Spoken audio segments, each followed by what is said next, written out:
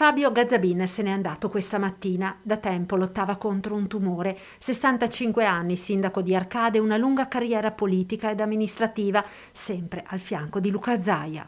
Con Fabio ho condiviso 30 anni della mia vita. E quello che sono oggi è anche merito suo, nel senso che abbiamo iniziato praticamente da ragazzi.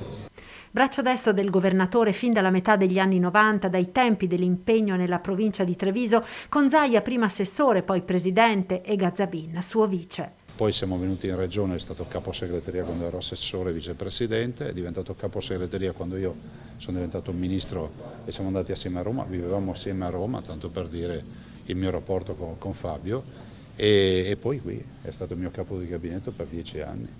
Era andato in pensione nel 2020, ricorda ancora Zaia, ma non aveva mai smesso di impegnarsi per la collettività, lavorando gratuitamente per la regione ad una serie di progetti. Se ne va un leone, è un grande sostenitore del Veneto.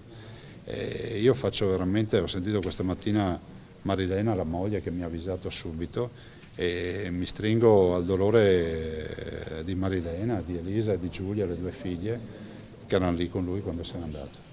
La figura e l'impegno di Gazzabin sono stati ricordati anche in Consiglio regionale con un minuto di silenzio ed un applauso dell'aula di Palazzo Ferrofini.